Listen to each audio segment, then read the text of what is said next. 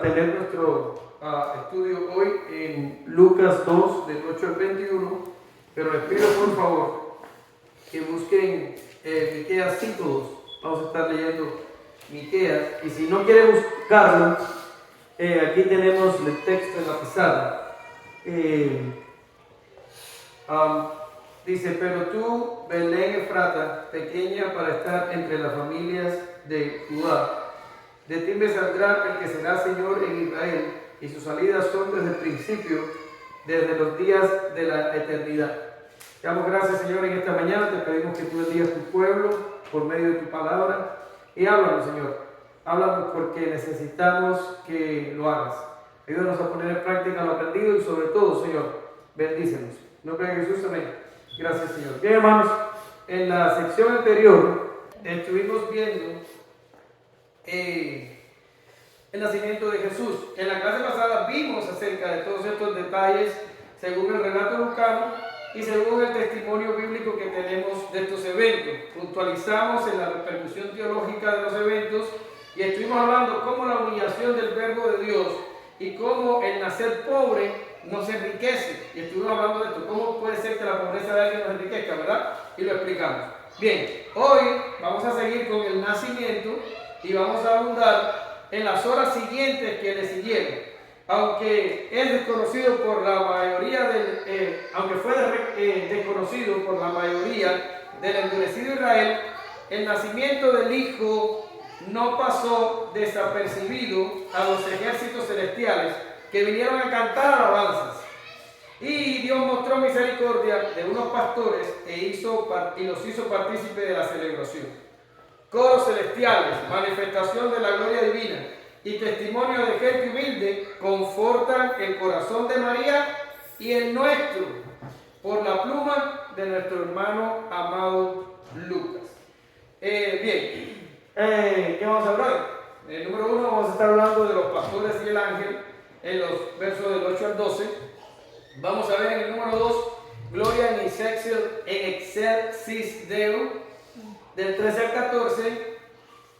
Vamos a ver los pastores ven a Jesús en el número 3, del 15 al 20. Y vamos a ver, siempre lo vamos a mencionar, Jesús es circuncidado, porque la circuncisión de Jesús solo ocupa un verso y es idéntica a la de Juan el Bautista. Yo no voy a repetir lo que ya yo les enseñé, solo lo voy a mencionar y voy a concluir. Bien, vamos a ir entonces a la parte de los pastores y el ángel, versículos del 8 al 12. Dice la Biblia: había pastores en la misma región que velaban y guardaban las vigilias de la noche sobre su rebaño, y he aquí se les presentó un ángel del Señor, y la gloria del Señor los rodeó del resplandor, y tuvieron gran temor.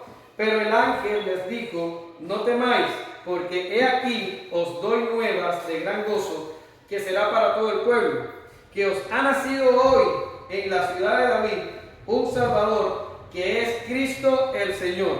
Esto os servirá de señal: hallaréis envuelto al niño en pañales, acostado sobre un pesebre. Bien, ahora, ¿qué es lo primero que nos dice Lucas en esto que está sucediendo? Lo primero que nos dice es que había pastores pastoreando ovejas a esas horas de la noche. Hay algunos, vamos a hablar de eso más adelante. Por el momento, pastores. ¿Quiénes eran los pastores en Israel? ¿Quiénes eran? Bueno, eran gente despreciada por los rabinos. ¿Por qué razón? Porque los pastores tenían que estar mucho tiempo con las ovejas. Estamos hablando de Israel. No es todo pradera verde y donde quiera hay lugares de pastos para comer. Los pastores tenían que salir con sus rebaños a buscar pastos donde encontraban, ahí estaban por un tiempo, ¿verdad que sí? Y cuando el pasto se acababa, entonces se movían a otro lugar y a otro lugar y así sucesivamente. Cuando llegaba la noche, normalmente ellos no regresaban a su ciudad, ellos se quedaban durmiendo entre las ovejas, ahí dormían. Por tener esta vida como en constante movimiento, le impedía cumplir con las indicaciones rabínicas y no podían cumplir con todas las reglas de la religión judía. y normalmente eran considerados impuros y no eran ni siquiera tenidos en cuenta como testigos en un tribunal. Entonces, estamos hablando de los que realizaban los empleos más despreciables en Israel. Eran empleos despreciables. Ya, ahora, vamos a hablar de las ovejas. Si hablamos de pastores, hablamos de ovejas. ¿Para qué servían las ovejas en los tiempos que estamos hablando? Bien, servían para agarrar su lana y usarla para la confección de ropas. También tomaban la leche y hacían mantequilla, y tomaban la leche y hacían queso posiblemente, y todas estas cosas. Bien, ahora, también eran usadas para el sacrificio. Eran usadas para el sacrificio. De hecho, hay toda una discusión, o no es una discusión, pero es como debate, de qué hacían los pastores allí en la noche si era invierno, porque se supone que Jesús nació en diciembre. Y digo, se supone, hay algunos que riñen eso y dicen que no nació en diciembre, pero yo no me voy a meter en eso.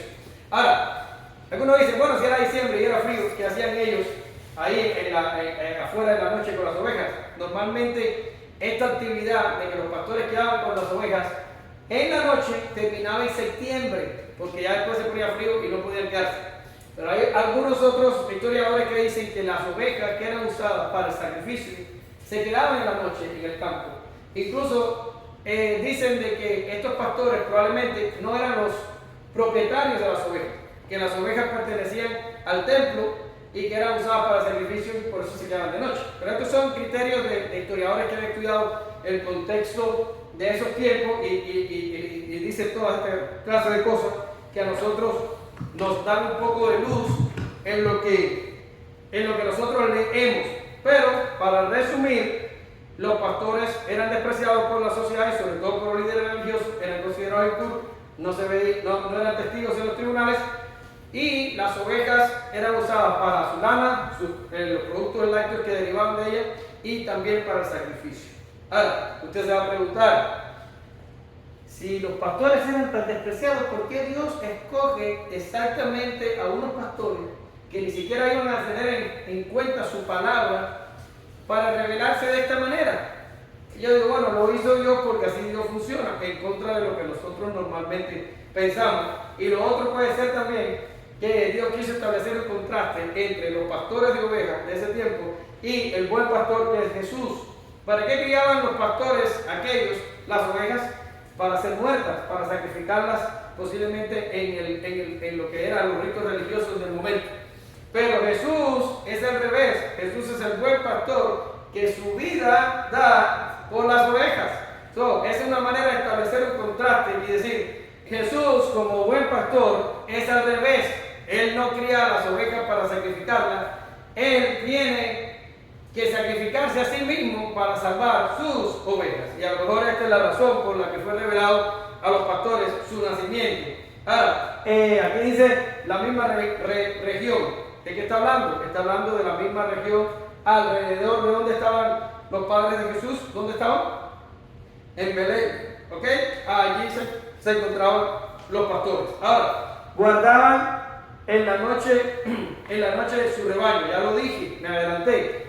Los pastores normalmente hacían esta actividad desde la primavera hasta el otoño y en septiembre se terminaba. Pero hay algunos que dicen de que a lo mejor estas ovejas eran usadas para el sacrificio, esas se quedaban en la noche sin regresar. Y es probablemente lo que estamos hablando. Ahora, ¿qué viene después? Se le presentó un ángel del Señor. Ahora, hemos venido hablando de visitaciones de ángeles. Se le apareció un ángel a Zacarías, se le apareció el mismo ángel a María y ahora se le aparece un ángel a estos pastores. Pero hay un detalle. ¿Y cuál es el detalle? Que el ángel no se identifica. ¿Quién fue? No sabemos. ¿Fue Gabriel? No sabemos. ¿Fue otro? Quizás. En Zacarías fue Gabriel. Él dijo su nombre. Con María también. Pero no sabemos cuál fue el que se presentó aquí. ¿Por qué lo hizo? No sabemos. Hay algunos que dicen que quizás el anuncio era tan importante que el ángel no perdió el tiempo en identificarse. Era algo que el anuncio era tan vital y tan grandioso que el ángel ignoró su nombre. Él dijo, ¿qué importa mi nombre? Lo que importa es el anuncio que traigo, ¿verdad? Y este ángel se le presenta ¿en qué momento del día? En la noche, se le presenta en la noche. Y dice el texto que la gloria del Señor los rodeó. ¿De qué estamos hablando aquí? Bueno, aquí estamos hablando, y usted se debe acordar, ahí están los textos, usted después los puede buscar en su casa, y yo oro a Dios, sinceramente, para que ustedes se vayan a su casa en la semana y tengan tiempo de revisar todo esto, porque sinceramente, si no lo hacen, estoy perdiendo mi voz en vano. Ahora, ¿de qué estamos hablando? Bien, de la gloria de Dios misma que se manifestó en el tabernáculo, cuando el tabernáculo fue consagrado, o la misma gloria de Dios que se manifestó en el templo de Salomón, que dice que ni aún los sacerdotes podían entrar porque era demasiado brillante la luz. O podemos hablar de la misma gloria que se le apareció al apóstol Pablo cuando iba de camino a Damasco a matar y aplastar cristianos allá. Ahora, escuche, allí en el 26:13, usted puede leerlo después, el apóstol Pablo está recordándole el testimonio en un juicio a alguien, y yo recuerdo a quién, no sé si era Festo o si era otro, pero estaba hablando de esto y le dice, era una luz más brillante que el sol a mediodía. Estamos hablando de una luz bastante brillante. ¿Ok? Entonces el apóstol Pablo iba y dice que la luz que se le apareció, que lo hizo caer a tierra, era una luz más brillante que la del sol a mediodía. Pero esto fue de día y tumbó a Pablo. Imagínense ustedes los pastores estar posiblemente alrededor de un fuego conversando. Y de momento le aparece, ¡boom!, una explosión de luz de esa magnitud en la noche. Y le dice el ángel lo que le va a decir. Fue bastante impresionante que hayan experimentado semejante cosa. ¿Y qué es lo que provoca esto en los pastores? O te voy a preguntar, ¿qué provocó en Zacarías cuando se le aparece el ángel? ¿Qué provocó? Es una pregunta, ¿qué provocó? Temor. ¿Qué provocó en María? Dice que María se turbó porque no entendió la salutación. Y en ambos casos el ángel tuvo que decir, no temas, ¿verdad? Y aquí dice que tuvieron gran temor. El griego más o menos da la idea de que tuvieron mucho temor por el susto que les provocó. Imagínense, están en el plena noche, en un campo abierto, en la oscuridad de la noche, apenas con una fogata, que se aparezca, y que se aparezca una luz, de esa magnitud, y que se aparezca esa luz de esa magnitud, por supuesto que la gente se va a asustar, y es lo normal, hermano. Cuando los seres humanos entramos en interacción con el mundo espiritual, generalmente lo que provoca es temor. Si usted vaya a Daniel, cuando Daniel recibió la visión, dice que Daniel cayó, que no tenía fuerzas para sostenerse. Así mismo le pasó a Juan cuando recibió la revelación del Apocalipsis, dice que cayó como muerto. Generalmente nosotros los seres humanos, cuando algo de esto se nos presenta, yo no tengo ningún tipo de intención de que me pase a mí. Yo estoy contento con la Biblia y me llevo muy bien con ella. No hace falta que se me aparezca nadie y decirme nada. Debe haber sido algo bastante impresionante. Pero el ángel le dice rápido a los pastores, no tengan temor. Y Sproul dice que hay que leer la Biblia existencialmente. ¿Qué significa? No podemos leer la Biblia como si fuera periódico. Tenemos que leer la Biblia entendiendo y metiéndonos en la piel de los que estaban allí. Y yo trato de meterme ahí y digo, oye, si yo hubiera estado entre los pastores, a mí no me da tiempo ni escuchar el no tema del ángel, porque ya yo vivo por ahí para allá y dejo ovejas y dejo todo atrás del susto. Pero esta gente se asusta y el ángel le dice, no teman, les traigo nuevas de gran gozo que serán para todo el pueblo. El ángel los tranquiliza, lo mismo que había pasado antes con María y Zacarías, y les dice, no teman, yo les traigo buenas nuevas. Ahora, el ángel les dice, les doy buenas nuevas. Ahora, esto no era algo inusual para la gente de este tiempo. Las buenas nuevas, que viene del griego evangelión, las buenas nuevas ocurrían, por ejemplo, cuando el emperador o el rey les nacía un heredero, salían los pregoneros a pregonar las buenas nuevas. ¿De qué? Que nos ha nacido un heredero. En estos tiempos, como ustedes conocen, el heredero era importante porque era la forma de prolongar el reinado. De hecho, es curioso, y no sé si lo saben, pero si no lo saben, se lo digo, que el nacimiento de la iglesia anglicana rondó alrededor de que Enrique VIII no podía tener un heredero varón. Y el hombre quiso divorciarse de su primera esposa y de su segunda, y cuando no obtuvo la bendición papal para divorciarse tantas veces buscando su famoso heredero, se rompió relaciones con la iglesia romana, y entonces él se declaró cabeza de la iglesia, y allí nació, por esta causa, la iglesia anglicana, que estaba buscando el hombre un heredero. Hace mucho rato vi un documental secular que dicen que le hicieron una prueba de ADN a los restos de Enrique VIII y que descubrieron que tenía una extraña enfermedad que afectaba de que él pudiera tener hijos hombres. Él votaba a las mujeres y el problema lo tenía él.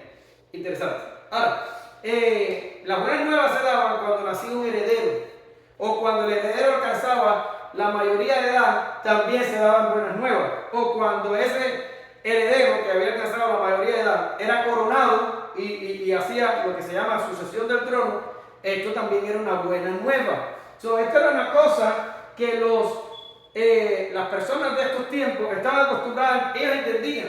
Tú le dices a una persona hoy, te tengo buenas nuevas, y la gente dice, bueno, pues ¿qué será? ¿Se habrá ganado la lotería o no sé qué? No. En aquellos tiempos tenía que ver con los reyes y sus herederos y la sucesión en el trono y todo este tipo de cosas. Pero ahora, el ángel dice, le doy las nuevas que ha nacido hoy. Entonces ahora la cosa cambió, porque no estamos hablando de un rey terrenal, ni estamos hablando de un hijo terrenal, aunque Jesús en este momento ya estaba encarnado y era terrenal. Pero estamos hablando de el rey del universo y el dueño de la creación. Hay un contraste bien marcado entre los herederos terrenales de los reyes terrenales confundidos y a su manera a lo que están haciendo aquí. Lo que están haciendo aquí es el dueño del universo. Y le dice entonces, les doy nuevas de gran gozo. Ahora, ¿qué es lo que estaban sintiendo los pastores? Miedo, temor, estaban asustados por lo que había acontecido. Pero el ángel le dice, no es para temer, es para gozarse. La noticia que te voy a dar es tan buena que lo que va a provocar en ti no es temor, es gozo, ¿verdad? Y entonces les dice que las buenas nuevas te van a provocar gozo. ¿Y es para qué? Es para todo el pueblo. ¿Qué es lo que significa ahí en el texto? Para todo el pueblo significa para todo el pueblo de Israel. Ahora, después de esto, entonces dice, os ha nacido hoy. Cuando vimos a María con su cántico, ¿verdad? El Magnificat, y cuando vimos a Zacarías con su cántico, y cuando vimos las referencias que hace en ellos, la venida del Mesías, la venida del Rey, es una venida futura, casi inmediata, pero futura. Y ellos hacen referencia a que todas estas cosas estaban haciendo cumplimiento. ¿A qué cosa? A las promesas que por los profetas habían sido hechas a los padres muchos años atrás, en algunos casos muchos años. Ahora, en este momento ya el ángel no les trae más promesas, el ángel no les trae más profecías, el ángel no les trae cosas que tenían que ser esperadas. El ángel le dice, ya, hasta aquí, os ha nacido hoy en la ciudad de David un Salvador que es Cristo el Señor. Quiere decir, el momento había llegado. Y hay algunos por ahí que dicen que no hay fecha que no llegue y plazo que no se cumpla, ¿verdad que sí? Y esto es un problema para nosotros los hombres. Nosotros los hombres pensamos que todavía hay tiempo. Sí. Yo voy a pensar en la religión después, mañana, cuando baje las libras que tengo de más, o cuando cambie de trabajo, o cuando se me quiten estos problemas, ¿verdad? Yo voy a pensar en Jesús, o voy a pensar en el Evangelio, o voy a pensar en todas estas cosas. Sí, tengo tiempo. ¿Ya? Y la realidad es que no sabemos el tiempo que nos queda. Lo único que usted tiene de verdad es el hoy. Y si me pongo bastante estricto, dicen los científicos que lo único que usted puede predecir son los próximos 10 minutos de su vida. 10 minutos. Es todo lo que tenemos. De ahí para allá, todo puede ser, ¿cómo se llama? Neblina. Y todo puede ser no. Todo es neblina. No saben lo que va a pasar. Te puedes morir mañana, te puedes morir en media hora, o se puede morir alguien de tu lado, o cualquier cosa. O puede caer algo de que no esperabas. Nosotros no tenemos más allá que 10 minutos. Eso es lo que tenemos en nuestras manos. La pregunta es, ¿qué haces con el hoy? ¿Qué haces con el ahora? ¿Qué haces con lo que te toca vivir hoy? Postergar cosas que son demasiado trascendentales no es sano. El ángel le dice, hoy ha nacido, hoy, lo tienes a la mano, ya no es promesa, ya no es profecía, ya no tienes que esperarlo, ha nacido hoy. Ahora, en la ciudad de David, cuando usted lee la Biblia, dice la Biblia que Jesús nació en Belén y en la ciudad de David, pero también dice que Jesús conquistó a Jerusalén y la convirtió, o Sion, en la ciudad de David. Pero, ¿qué cosa es? Que a pesar de que Jerusalén también es nombrada la ciudad de David, Jesús, el dueño del universo, no nace en Jerusalén, donde está el rey. No, él nace en Belén, la humilde procedencia donde vivió y nació el rey David. Ya hablamos de esto en la vez pasada, no voy a abundar ahí. Pero es en Belén. Ahí fue donde nació el Señor. Ahora dice, un Salvador. Y aquí la cosa se pone técnica. ¿Por qué razón?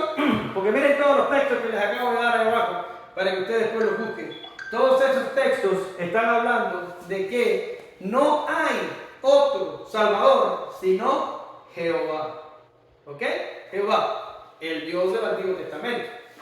Y aquí entonces los textos explícitamente dicen que no hay otro Salvador sino Jehová. Por supuesto.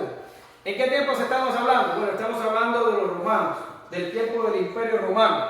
Y los emperadores romanos, sobre todo este Augusto, que era el primer emperador y que había logrado vencer a sus adversarios allí cuando las guerras civiles de Roma. Gracias. Las guerras de Roma, de que hablamos la clase pasada, este hombre se sentía un salvador. Y más adelante vamos a estar hablando de la Pax Romana, y esto le va a calzar a usted lo que estoy diciendo ahora. Se sentían salvadores del pueblo que dominaban. Y pudiéramos hablar de muchos salvadores antes que este Augusto, pudiéramos hablar de Alejandro el Grande y pudiéramos hablar de otros más. Ahora, la Biblia, el Antiguo Testamento, dice, no te confundas, no busques salvadores donde no lo hay. El único que puede salvar es Jehová. ¿Ya? Pero ahora estamos viendo que acaba de nacer un niño en Belén y el ángel está diciendo, les ha nacido hoy en la ciudad de David ¿qué cosa? Un salvador. ¿Ya? Y cuando usted ve lo que el ángel está diciendo, no es una cosa pequeña lo que el ángel está diciendo. No es un hombre de buena moral, no va a ser un gran maestro o un profeta, no va a ser nada de eso, o a lo mejor todo eso, pero lo que en realidad va a ser y es el Salvador. Cuando estamos viendo aquí, Lucas y el ángel están haciendo énfasis en qué cosa, en la divinidad de Jesús. No es cualquier cosa, no es Augusto, no es Alejandro el Grande, no es ningún faraón o no es ningún libertador humano. Estamos hablando de el Dios que puede salvar. No es cosa ligera, es Dios que vino a salvar. ¿Lo ven? Ahora, no solo eso, la cosa que se complica porque dice dos títulos más. Le dice, nace un Salvador que es Cristo. Y vamos a parar ahí. ¿Qué significa la palabra Cristo? ¿Alguien sabe qué significa? Significa Mesías, significa ungido. Y no tengo tiempo para decirle las repercusiones de lo que significa la palabra ungido, pero en este caso también viene siendo un título que le da a Jesús divinidad. Y lo próximo también, Señor, curios, aquí está refiriéndose también a la forma en que la Septuaginta traduce, cuando habla del Dios del pacto, la Septuaginta lo traduce como Señor, Señor, Señor. Y le dice Señor, ¿a quién? A Jehová. Y al aquí tenerlo a Cristo, estamos recibiendo un nombre con 3 oficios, que los 3 oficios son divinos. No estaban haciendo alguien regular, no estaban haciendo uno de nosotros. Estaban haciendo el Dios encarnado, que es el único que puede salvar. Es el Mesías, es el ungido, es el Señor, el Curios, es el dueño, es el poseedor, es el que tiene el poder y el dominio sobre todo. Esto es lo que acaba de nacer en Belén. ¿Ok? Ahora, la vez pasada, Yesenia me dice, ¿por qué el pesebre? ¿Por qué el pesebre? ¿No hubo tiempo para buscar una cuna? Y dijimos, bueno, probablemente no hubo tiempo para buscar una cuna. A lo mejor prepararon cierta clase de condiciones mínimas allí. Quizás sacaron los animalitos, hicieron una pared intermedia, qué cosa. La mujer había dado por parir y parió. Y dijeron, ¿dónde ponemos esto? Lo ponemos en el pesebre. ¿Ya? Y lo pusieron allí. Pero ahora mira lo que dice, porque con Dios las cosas no pasan porque pasan. No es como que me cayó una manzana en la cabeza y se me ocurrió la gravedad. No es así. No caen manzanas en los árboles por casualidad. Con Dios. Entonces aquí tenemos a Jesús en un pesebre. Y entonces decimos, ¿un pesebre? ¿En serio? ¿Por qué? ¿Qué le dice el ángel? El ángel le dice, la señal va a ser esta: encontrarás al niño envuelto en pañales, acostado ¿dónde? En un pesebre. Ahora yo te voy a decir, en Belén era una ciudad chiquita, pero si nacía un niño, era normal, nació un niño, ¿verdad? Y si lo envolvían en pañales, era normal. El niño nació, lo envolvieron en pañales, la tuya la envolvieron en un pañal y le hicieron un tamalito así, que así te la dieron, ¿verdad? Así me dieron la mía. Y esto era normal.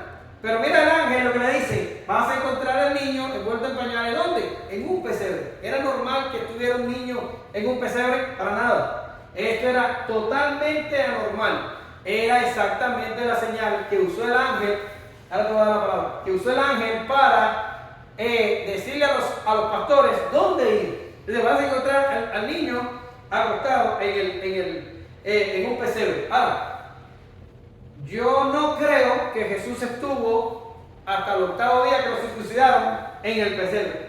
Yo creo que fue que nació, no voy a ponerlo, lo ponen en el pesebre, limpiaron el pesebre, no lo dejaron con la suciedad. Lo pusieron, llegó la mañana y a lo mejor el padre salió, le hizo una cuna y se la trajo. El tipo era carpintero. Pero los pastores llegan y habían pasado solo unas horas del nacimiento y todavía estaban en el pesebre.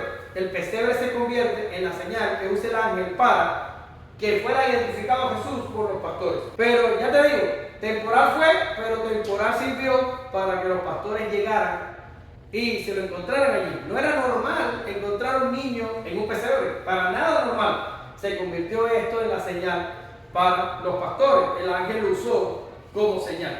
Ahora, les quise poner esto, no me gusta hacerlo. A veces siento que estoy alegorizando, pero no es mi intención alegorizar lo que está pasando aquí, sino usarlo de simbolismo, usarlo como una ilustración de la regeneración. ¿Ok? ¿Qué es lo que es la regeneración? Bueno, la regeneración es cuando Dios, el Espíritu Santo, viene al pecador y provoca en su alma, sin permiso del pecador, el pecador no es consciente, el pecador no sabe que está pasando nada, provoca en el alma del pecador un cambio. Los teólogos dicen un cambio en la disposición regente de su alma. Y este cambio, que viene siendo como un segundo nacimiento, ¿lo ven? Es lo que provoca que la persona quiera convertirse, que la persona ejerza la fe, que la persona entienda la Escritura y todas estas cosas más. Pero todo empieza con esa acción de Dios, el Espíritu Santo, que llega ahí a donde está el pecador. ¿Cómo está el pecador? Muerto. Está muerto. Si ustedes no saben lo que es un muerto, podemos ir a algún cementerio y yo les voy a enseñar a ustedes lo que es un muerto. Pero eso es un muerto. y le vamos a cansar de hablar, le vamos a predicar y le vamos a invitar a creer, a ver si algún muerto del cementerio puede creer. Ah, no va a creer, ¿verdad que no? Usted va a decir, no, hermano, no. Y vamos a ir ahí al H-E-B o al Walmart de aquí en la Kenton y vamos a predicarle a los vivos, porque los muertos no nos van a escuchar. Sorpresa, los que van al Walmart también están muertos. También están muertos. A no ser que Dios, el Espíritu Santo, venga y provoque lo que nosotros conocemos como regeneración, ellos van a seguir muertos. Usted le va a hablar, pero ellos no van a escuchar, no van a entender, no pueden creer. ¿Lo ven? Ahora, yo quise usar este evento como simbolismo de lo que pasa en la regeneración. Y tú vas a decir, oye, ¿es permitido? Ya deberían sacarme esas asas de la manga. Ustedes, y decírmelo. ¿Es permitido que lo hagas? Sí. Ya hay algunos que han dicho que los eventos de la resurrección de Lázaro también sirven para un simbolismo de la regeneración. Porque ¿cómo estaba Lázaro dentro de la tumba? Muerto. Y tuvo que venir Jesús y decirle, Lázaro, ve fuera, ¿verdad? Y entonces fue que él pudo recobrar la vida y salir. Así más o menos pasa en la regeneración. Ahora, en este evento es muy simbólico también y nos ayuda a entender la regeneración. Porque piensen, ¿dónde estaban los pastores? En el campo abierto. ¿Y qué es lo que había en el campo abierto? Oscuridad. ¿Ya? ¿Y qué fue lo que se manifestó allí? La gloria del Señor. Un resplandor, una luz brillante que cambió las tinieblas ¿en qué? En luz. ¿Y de dónde vino la explosión de luz? ¿De dónde vino? De arriba. No fue algo que ocurrió en la tierra. Bueno, ocurrió en la tierra, pero no fue provocado por algo de la tierra. Fue algo que empezó en el cielo y terminó en la tierra. Por la voluntad de Dios, la gloria de Él brilló allí, y lo que era tinieblas para aquellos pastores, ¿en qué se convirtió? En luz. Pero hubo un anuncio y le dijeron, esto es así, así, así. Y ellos dijeron, wow, ¿qué anuncio? Vamos a la ciudad de Belén para ver todo esto. Eso es lo que hace la regeneración. Cuando la explosión de luz disipa la tiniebla en tu alma hay, entonces ves el mensaje y dices, oh wow, vamos a ir allá a ver qué es lo que está sucediendo. ¿Lo ven? Y se lo quise poner porque lo encontré bonito y se lo traje. O sea, puedo hacer con eso lo que usted quiera. Ahora, vamos a ir al punto 2 del mensaje. Y dice así, y repentinamente apareció con el ángel una multitud de las huestes celestiales que alababan a Dios y decían, gloria a Dios en las alturas y en la tierra paz y buena voluntad para con los hombres. Entonces, ¿qué es lo primero que tengo? Que repentinamente apareció.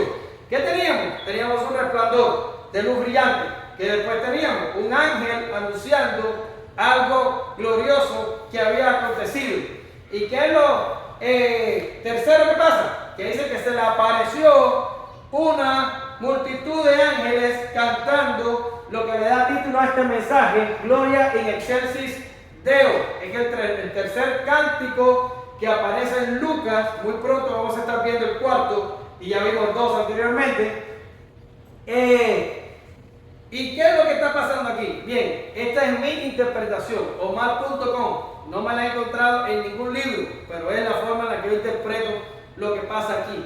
Y lo que pasa aquí es esto. Belén ignoró el nacimiento de Jesús. Quiere decir, algunos estaban esperando un Mesías, pero el Mesías nació, y no solo que nació, caminó entre ellos, les predicó 3 años, murió en una cruz y ellos ni se enteraron. De hecho, todavía 2000 años después, hay algunos que están esperando que el Mesías venga. Increíble, este pueblo. ¿Lo ven? Entonces, Belén estaba completamente de espaldas a lo que había acontecido. Pero si usted va a Mateo, y Mateo le habla de los reyes, de la visita de los reyes, que no aconteció ahora con el niño recién nacido, pero eso lo hablaremos un día cuando hablemos de Mateo. Dice que llegaron los reyes, o los magos, o los astrólogos, o lo que usted le quiera llamar, a donde estaba el palacio de Herodes. ¿Y dónde estaba eso? En Jerusalén. Y le dijeron, ¿dónde está el rey que nació? Y entonces dijeron, bueno, pues aquí no nació. ¿Dónde habrá nacido? Búscalo, escriba. Y dijeron, bueno, aquí dice Malaquía, o Miquea, perdón, de que nacerá en Belén, Ahora, dijeron a los magos, y entonces se hacía verdad a ver que nació o no nació. Ahora, ¿salieron Herodes y su séquito a ver si había nacido? No. Salió la gente que estaba alrededor del rey, los escribas, los fariseos, los religiosos de ese tiempo, a ver si había nacido el Mesías. No. ¿Salió alguno de los que pudieron ver la caravana y sabían qué es lo que estaban buscando? No. El pueblo de Israel ignoró el nacimiento de su Mesías. ¿Lo ven? Completamente lo ignoró. Ahora, ¿quién no lo ignoró? Las huestes celestiales. No lo ignoraron. No lo ignoraron. Lo que había en el plano espiritual en Belén esa noche era una fiesta angelical. Era toda una fiesta. Hoy yo estaba ronco y con mi vozarrón en las alabanzas, yo soy siempre el que más se oye. Y hoy, como yo estaba ronco, las voces de ustedes casi no se oían. No sé si es porque tienen complejo o si es porque cantan bajito. Pero se oía bajito. Pero tú sabes dónde no se oía bajito, en los ángeles que nos acompañan cuando nos reunimos en adoración. Estos cantan alto y se oye en el cielo. Sí se oye. ¿Ok? Y así lo dice la Biblia, que nosotros nos reunimos con millares de ángeles cuando nos reunimos en oración para orar a Dios. Probablemente porque somos tan pésimos cantando que los ángeles nos tienen que ayudar para que no pasemos pelita. Posiblemente. Pero ¿qué está pasando aquí? Según mi opinión, que los pastores, Dios le abrió su visión para que pudieran ver a este coro celestial cantando un pedacito de lo que cantaron. ¿Y qué cantaron? En Gloria in Excelsis Deo, lo cantaron y los pastores vieron la multitud de ángeles. ¿Dónde ocurrió eso en la Biblia? Como yo lo estoy tratando, ¿dónde ocurrió? Aquí, en Segundo de Reyes 6, del 15 al 17, pasó. ¿Qué es lo que está pasando? Se levanta Eliseo y se levanta su criado, y cuando se levantan se dan cuenta que la ciudad donde estaba sitiada. Que había cantidad de gente a caballo y carro, había todo un ejército sitiado alrededor de la ciudad. Y rápidamente aquella persona, el criado, se asusta y le dice: Señor mío, ¿qué hacemos? ¿Verdad? Esto le pasa mucho a los gentiles, a los impíos.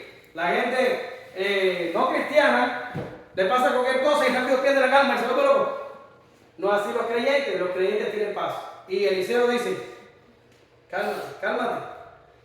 Y dice: Señor, por favor, ábrele los ojos para que vea, pues ya me tiene cansado, ya no aguanto más este criado. Y el Señor le abrió los ojos.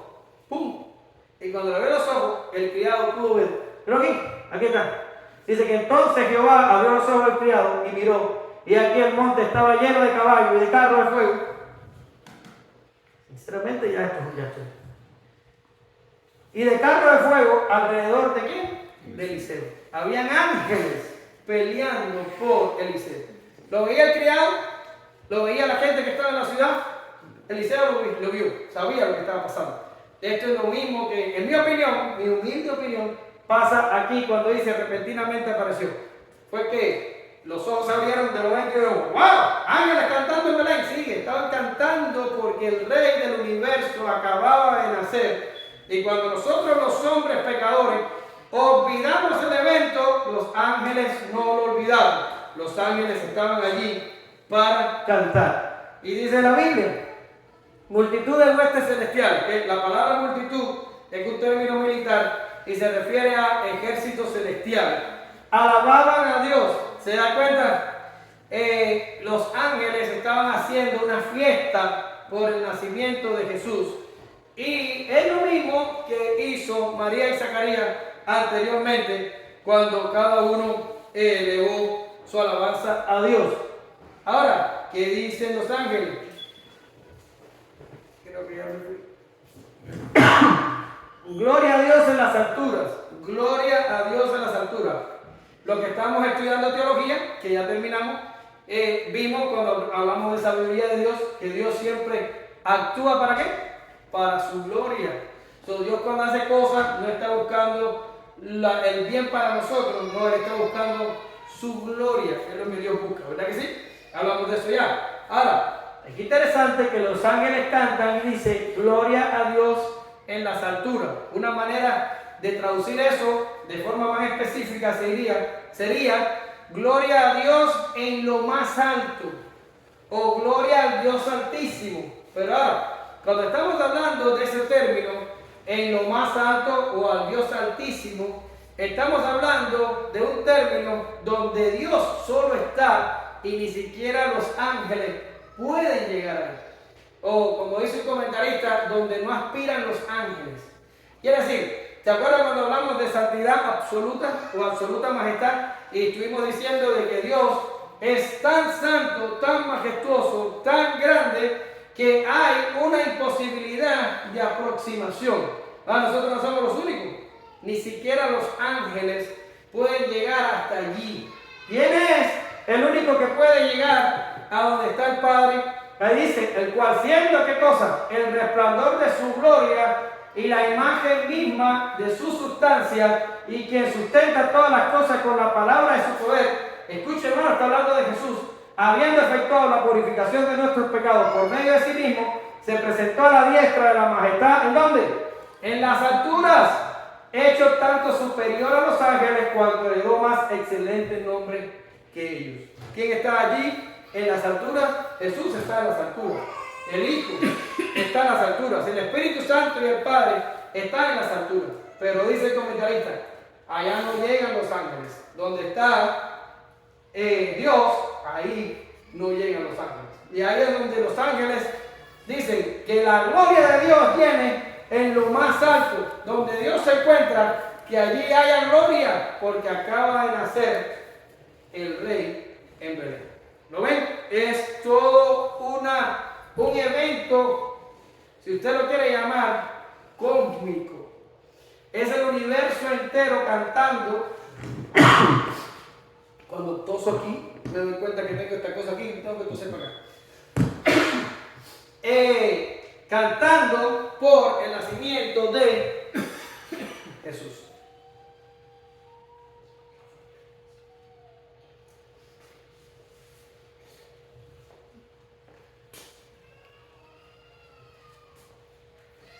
Y en la tierra paz. Gloria a Dios en las alturas y en la tierra paz. Llegó el momento de hablar de la paz. En aquel tiempo, ya le digo, había comenzado lo que los historiadores reconocen como la Pax Romana.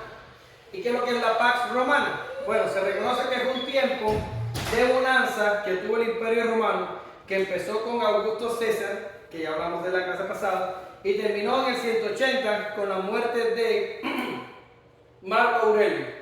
Ahora, en este tiempo, el Imperio Romano trajo paz a los pueblos que conquistó y donde reinaba. Y hubo, sobre todo en los tiempos de Marco Aurelio, un florecimiento de la economía y de la sociedad. Y de toda la historia que duró el imperio, este fue la edad de oro del imperio. Y se le llama así, Pax Romana. Hubo paz.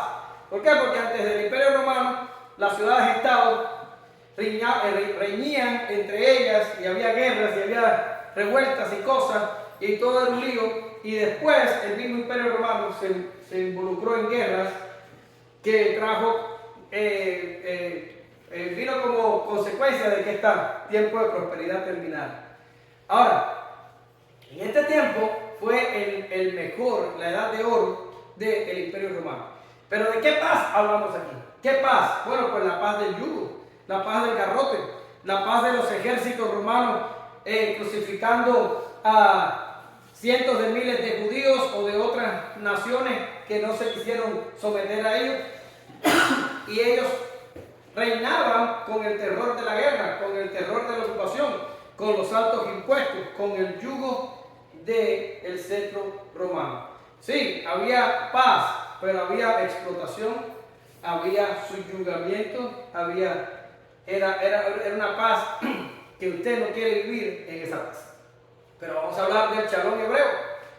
Del shalom hebreo, cuando llegaban los judíos a un lugar decían shalom, shalom, shalom, paz, paz, paz. ¿A qué paz se refiere? Se estaba refiriendo a una paz que ellos estaban esperando que les iba a dar su Mesías, pero era una paz terrenal, era un reino terrenal, era un Mesías político, era un caudillo militar parecido a David que iba a venir, según ellos, iba a liberar a Israel, ¿verdad?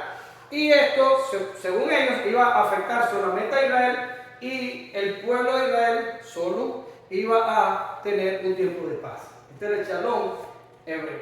Ahora, cuando aquí dice, y en la tierra paz, no se está refiriendo ni a la Pax Romana ni al Shalom hebreo.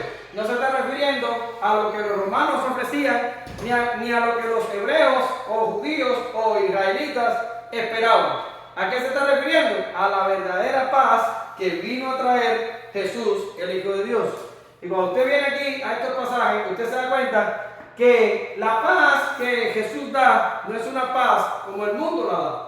Juan 14, 27, es un texto que usted ha leído 1000 veces. Es una paz, según Filipenses 4, 7, que sobrepasa a todo entendimiento. Es algo que va más allá de cualquier comprensión humana. Y es una paz que es efecto de la justificación. O sea, no es una paz de la guerra, no es una paz de la enfermedad, no es una paz del conflicto, no. Probablemente va a seguir el conflicto, posiblemente va a seguir la guerra, posiblemente va a seguir la enfermedad, pero nosotros vamos a tener paz con Dios, porque lo que nos da esa paz es la paz de que nuestros pecados no figuran más y no podemos ser condenados por ellos. ¿Lo ven? Esa es la paz que se está refiriendo los ángeles aquí. La verdadera paz que Dios da. Billy Graham escribió un libro que se llama Paz con Dios. Yo lo leí hace muchos años, de hecho casi no me acuerdo de lo que decía el libro y no le estoy diciendo que lo lea, simple me acuerdo que al final daba una ilustración y decía que la roca era golpeada por la tempestad y por las olas, pero en la roca, en la peña, había un agujero y allá adentro estaba el ave. Y el ave dormía, tenía su cabeza bajo su ala y allí dormía tranquila. Afuera había toda una tempestad, pero ella estaba en la peña, metida en la roca, tranquila. Y él dice, dame por favor. Y él dice, eso es paz. Estar en la paz no es ausencia de guerra, la paz no es ausencia de problemas, la paz no es ausencia de situaciones. La paz es paz con Dios. La paz es de saber que tengo mis pecados perdonados. La paz es saber que nada me va a poner en el infierno, porque el Hijo de Dios pagó por mí en la cruz del Calvario y nada puede condenarme. Ahora vamos a avanzar, a ver si la poca voz me alcanza para seguir. Buena voluntad para con los hombres. Ha habido una discusión aquí en la parte esta de buena voluntad para con los hombres, porque hay algunas versiones de la Biblia que dicen gloria a Dios en la altura y en la tierra paz para los hombres de buena voluntad. ¿Ya? Hay una versión de la Biblia que traducen así. Pero cuando usted traduce a los hombres de buena voluntad, ese texto entra en conflicto con toda la buena teología que nosotros conocemos. Entonces tenemos un problema. Ahora, si se da cuenta, ya estoy ronco y ya no puedo seguir mucho más.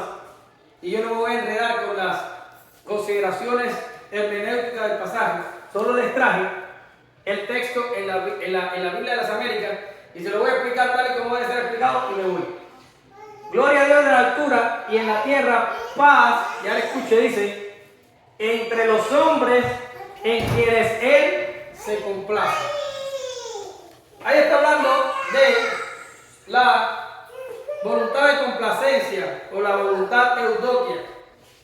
Y está diciendo que Dios encuentra complacencia en una determinada clase de hombres.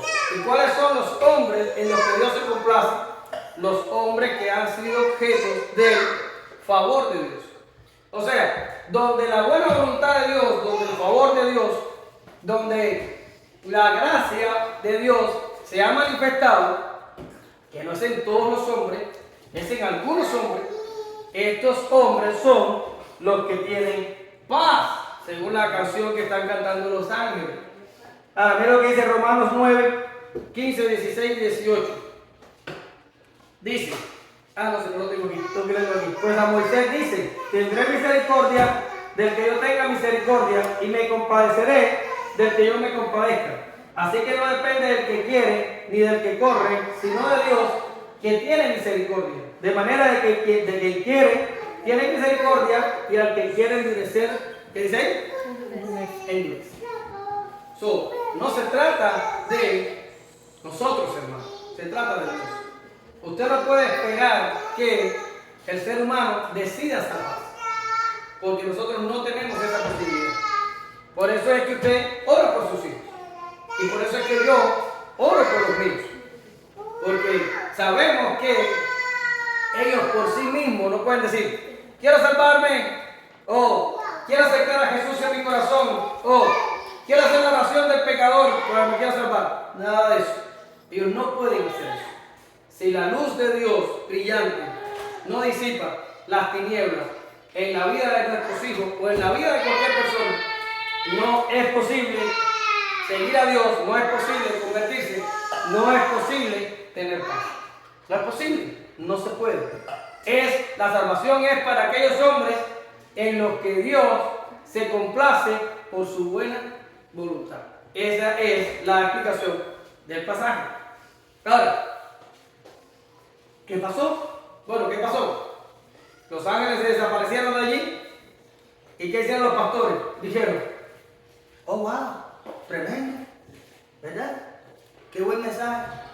Como alguna gente, oh, ¿viste eso?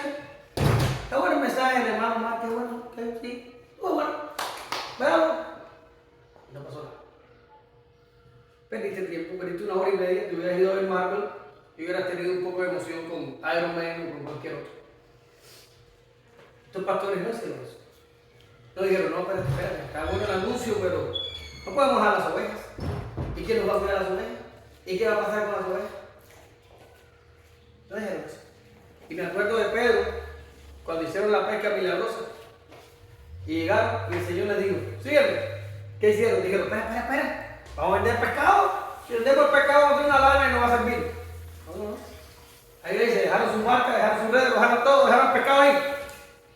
Y se fueron con Jesús. Eso es lo que hace la regeneración. Cuando el corazón es despertado, la persona va y se pega. ¿Entienden esa frase en cubano, verdad? Sucedió que cuando los ángeles se fueron, usted va a ver, lea el pasaje solo en su casa después. Los ángeles no mandan a los pastores a hacer esto. Ellos no le dicen, vayan.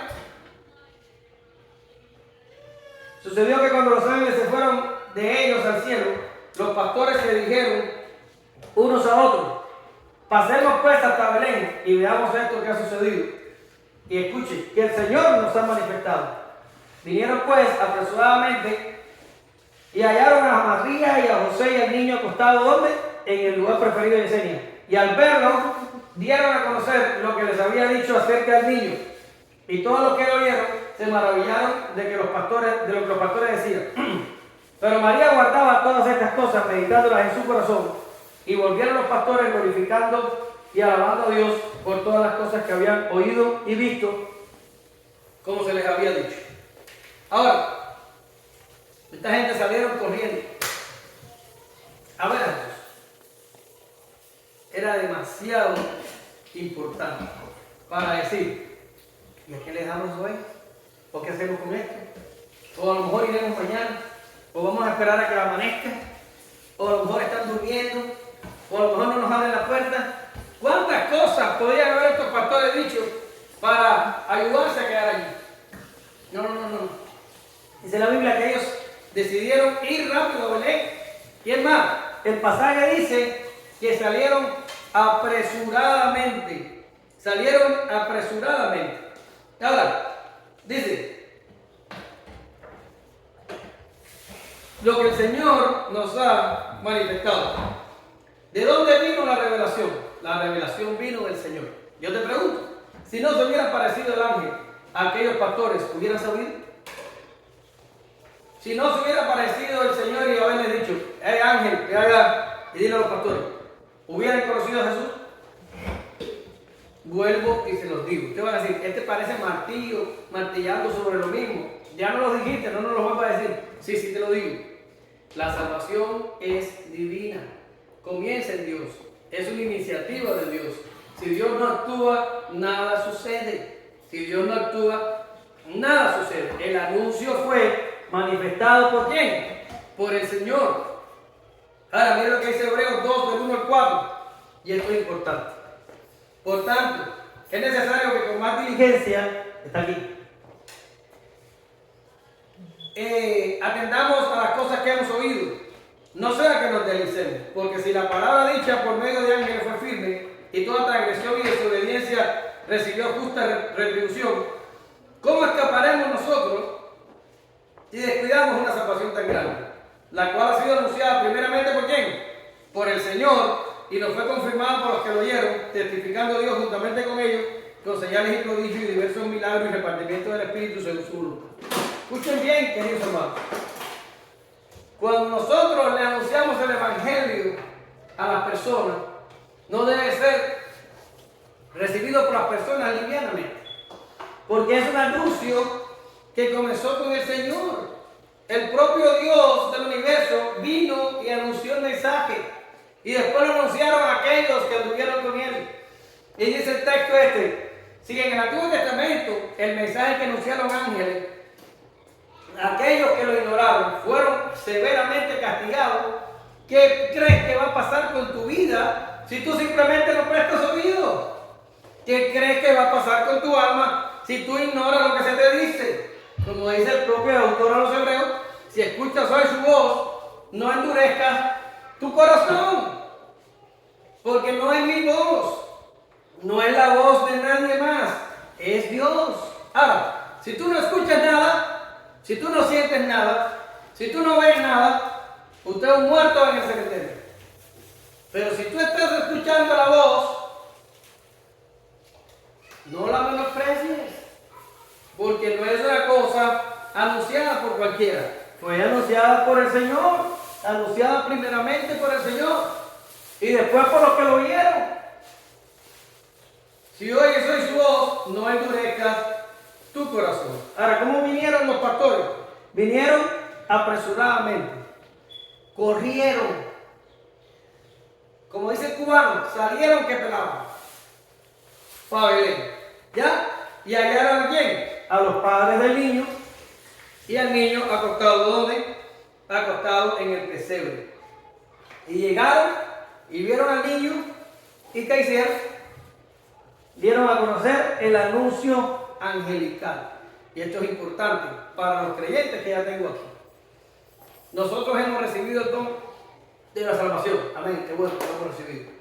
Esta gente, los pastores, dicen algunos comentaristas, que no fueron pastores búsquete los pastores que tengan cerca de Belén y dale la noticia. No. Dicen algunos comentaristas que esta gente estaban esperando el Mesías y su corazón anhelaba la manifestación del Mesías. No fueron gente que se encontró el ángel en el campo de casualidad. No, eran gente donde ya el Señor había preparado el corazón. Y en la próxima semana vamos a hablar de Simeón, un hombre que también preparó su corazón para esperar al Señor. Esta gente creyeron el anuncio. Ellos no fueron a Belén a ver si puede pasar lo que nos dijeron. No, ellos sabían que allí estaba el niño, fueron a verlo.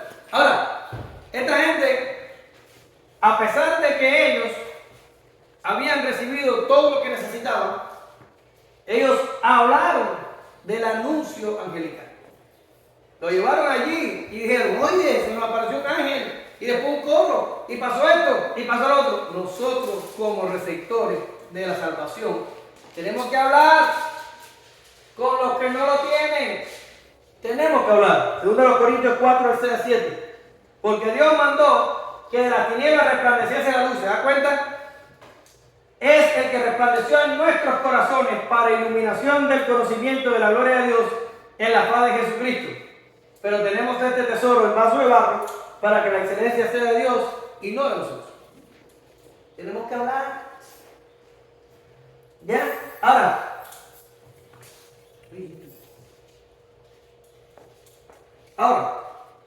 miren lo que provoca el hablar. Los que oyeron se maravillaron. ¿Quiénes oyeron? Bueno, pues ya tú sabes. Siglo I, nace un niño en una casa llena de gente que no pudieron ni siquiera quedarse en el cuarto de huéspedes porque todo estaba lleno. Se enteraron que María parió y créeme que una gente se entera cuando una mujer pare. Cuando mi mujer fue a parir a Elsa, llamamos la ambulancia, yo venía del trabajo hecho un cohete y vivía en un complejo de apartamentos que tenía una gate que había que meter el código y el apartamento mío estaba un poquito alejado allá, pero de frente a la puerta. Y cuando yo estoy metiendo el código, la puerta de mi casa estaba abierta y los gritos a nadie yo los sentía en la gate del complejo de apartamentos. Porque usted sabe cómo una mujer para. Ahora, ¿verdad, hijo? ¿Cómo te fue? Sobreviviste. Entonces, mira, Martín, una computadora nueva. La batería. Ahora, se enteraron de que la mujer había parido, posiblemente sus parientes, posiblemente algún vecino cercano, y estaban allí con el niño. Y llegan los pastores, apresuradamente. Un ángel, un coro, no sé qué. Y la gente se empezó a maravillar. Pero pasa algo aquí importantísimo que bendijo mi corazón cuando lo leí y cuando Dios me habló por medio de esa palabra.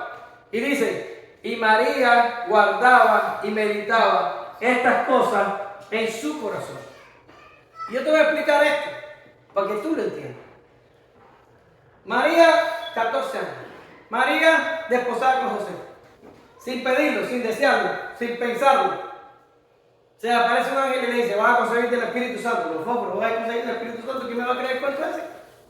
¿Quién me lo va a creer? Pero María oyó todo aquello y le dijo, ok, yo soy siempre al Señor, que sea conforme a tu palabra. El ángel se fue, María quedó embarazada, a decirle aquello a José. José formó tremendo lío, quería dejarle en secreto. Se le tuvo que aparecer un ángel de sueño y decía, calma, no hay que dejarla. Si es verdad lo que te dijo, es verdad. Y José se aplacó. Pero ¿cómo estaba la relación? Eso es como en el matrimonio, cuando tú acabas de reconciliar por un problema. En la próxima semana cualquier cosa lo detona de nuevo. Oye, ¿te acuerdas que me dijiste? Ya, déjalo atrás, por favor. Pero lo traemos de nuevo. Y así estaba María y José.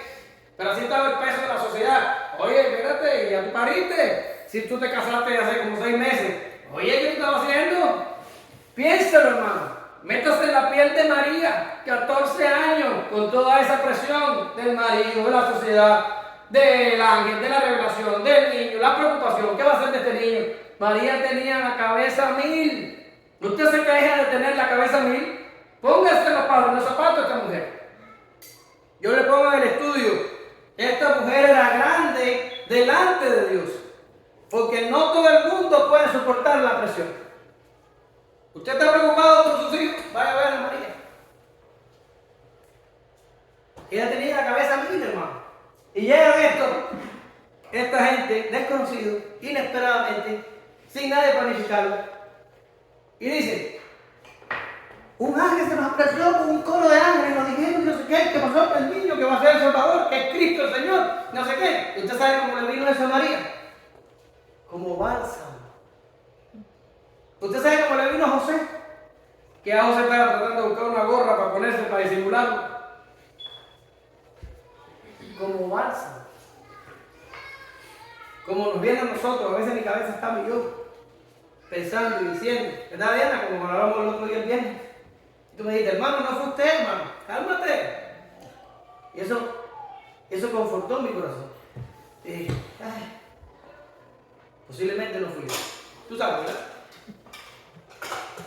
Y María dice que guardaba y meditaba estas cosas en su corazón. Este anuncio les vino a aligerar la presión, a dar respuestas como bálsamo en su corazón.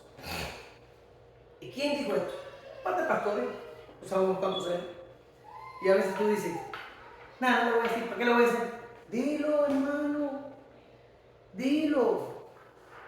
No que se va a burlar de mí, no me va a prestar atención, dilo. Porque tú no sabes cómo anda la cabeza de la gente y el efecto que puede causar una palabra. Porque no eres tú, es Dios el que puede usar cualquier cosa. La gente llegó y lo dio.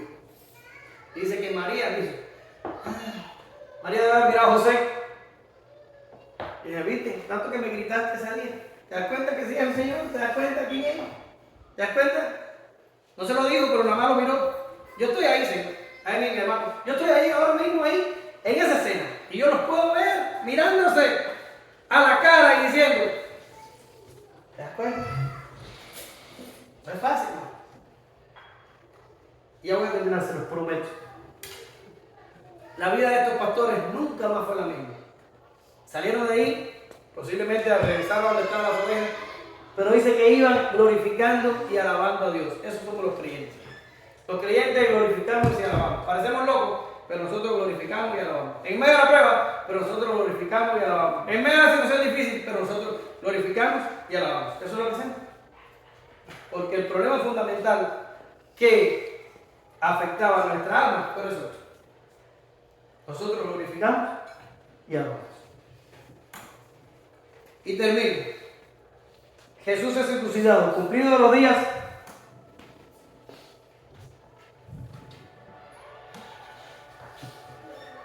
Cumplidos los días para circuncidar al niño, le pusieron por nombre Jesús, el cual había sido puesto por el ángel antes que fuese concebido. Ya ustedes saben, Juan el Bautista también fue circuncidado. Todo judío que nacía al octavo día era circuncidado. Incluso si era sábado, era circuncidado. Se le cortaba la piel de lo que era, ya usted sabe lo que es, el prepucio. Y ya se me había olvidado la palabra.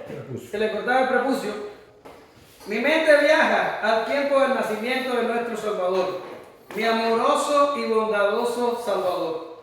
Y veo a aquellos pastores en la oscuridad de la noche, en la profundidad del rechazo y en la languideciente esperanza. Oigo sus conversaciones y hasta su pálida súplica para que Dios envíe refrigerio. Y de pronto resplandece la luz, más brillante que el sol a mediodía. Y veo como en un instante Dios lo cambia todo para siempre por su gracia. Bendita luz que brilló en mí y en algunos de ustedes y nos dio la paz. Bendita luz que puede brillar en otro, solo que si oyes hoy su voz, no endurezcas tus corazones.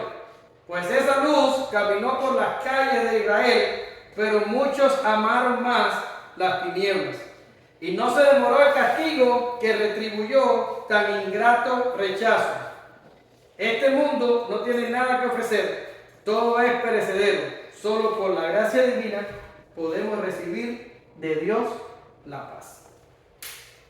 Gracias te damos, Señor, en esta, no sé si mañana o tarde, pero gracias. Te pedimos que, Señor, que tu palabra traiga fruto a 100 por uno en nuestras vidas, Señor. Que nos santifique más, que nos consagre más, que nos acerque más a ti, Señor. Porque tú eres el que da sentido a nuestra vida, tú eres el que da, Señor, la promesa de que un día estaremos contigo y ya no habrá dolor, ni lágrimas, ni situación, y estaremos contigo por la eternidad. No hay mejor promesa que esta, Señor. Gracias por haber venido a este mundo, gracias por haberte empobrecido, por haberte humillado, solamente para salvarnos a nosotros. No nos alcanzará la eternidad para agradecerte por esto. En el nombre de Jesús oramos, te damos gracias. Amén.